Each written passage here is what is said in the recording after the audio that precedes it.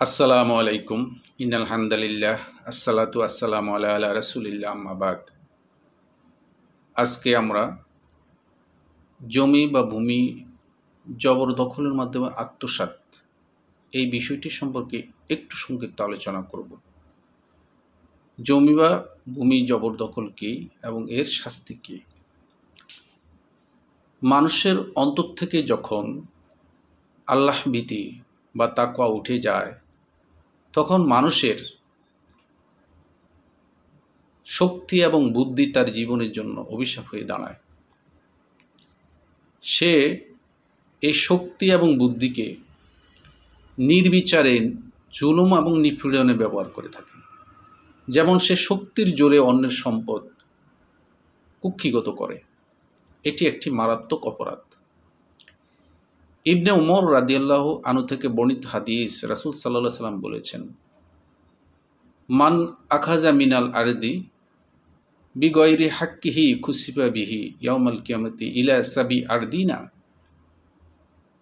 যে ব্যক্তি অন্যের সম্পদ ভূমি কিয়দংশ জবরদখল করে, আল্লাহ সুবহানাহু ওয়া তাআলা তাকে সপ্ত জমিন তক কিয়ামত দিবসে পুঁতে দিবেন।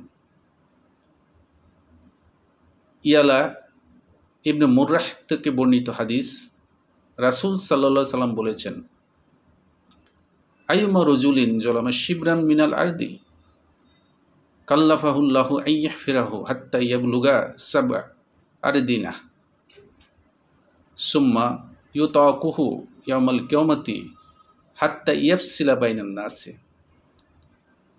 অর্থাৎ, যে ব্যক্তি কারো জমি বা ভূমি এক বিঘত পরিমাণ জবরদখলের মধ্যে আত্মসাৎ করে, আল্লাহ সুবহানাহু ওয়া তাআলা তাকে ওই জমিনের সপ্তস্তবক পর্যন্ত খুঁড়তে বাধ্য করবেন এবং কিয়ামত দিবসে তা তার গলায় বেড়িয়ে রাখবেন, যেই পর্যন্ত না মানুষের মধ্যে বিচার কার্য সম্পন্ন হয়।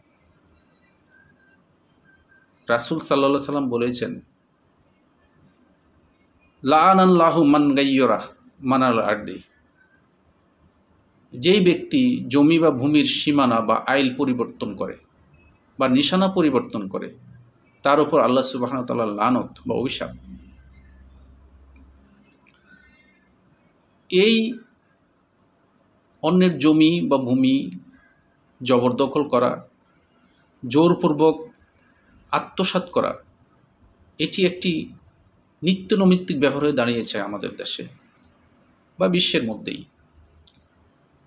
দেখুন, এর শাস্তি কত মারাত্মক। এর শাস্তি হচ্ছে এরকম যে, যতটুকু জমি বা ভূমি জবরদখল করবেন শক্তির মাধ্যমে, অতটুকু জমির সপ্ত স্তর পর্যন্ত আল্লাহ সুবহানাহু তাকে খুঁড়তে বাধ্য করবেন এবং কিয়ামত দিবসে তা তার গলায় বেড়িয়ে রাখবেন এবং তার বিচার হবে সকল মানুষের বিচার কাজ সম্পূর্ণ হওয়ার পর। সে তো জাহান্নামী হবেই, কিন্তু সকল মানুষের বিচার কাজ সম্পূর্ণ হওয়ার পর ওই ব্যক্তির বিচার হবে। কি মারাত্মক অপরাধ! দেখুন, এই গুণটি আমার এবং আপনার মধ্যে আছে কিনা। যদি থাকে, অতি সত্বর যার জমি বা ভূমি কিয়দংশ দখল করেছেন জোর জবরদস্তির মাধ্যমে বা শক্তির মাধ্যমে, তা ফেরত দিয়ে তওবা করে তার থেকে মাপ নিতে হবে। তওবা করে মাপ পাওয়া যেতে পারে, নতুবা চিরস্থায়ী জাহান্নামের অধিবাসী হয়ে গেলাম বই কি। আল্লাহ সুবহানাহু ওয়া তাআলা আমাদেরকে বুঝার তৌফিক দান করুক, আমিন।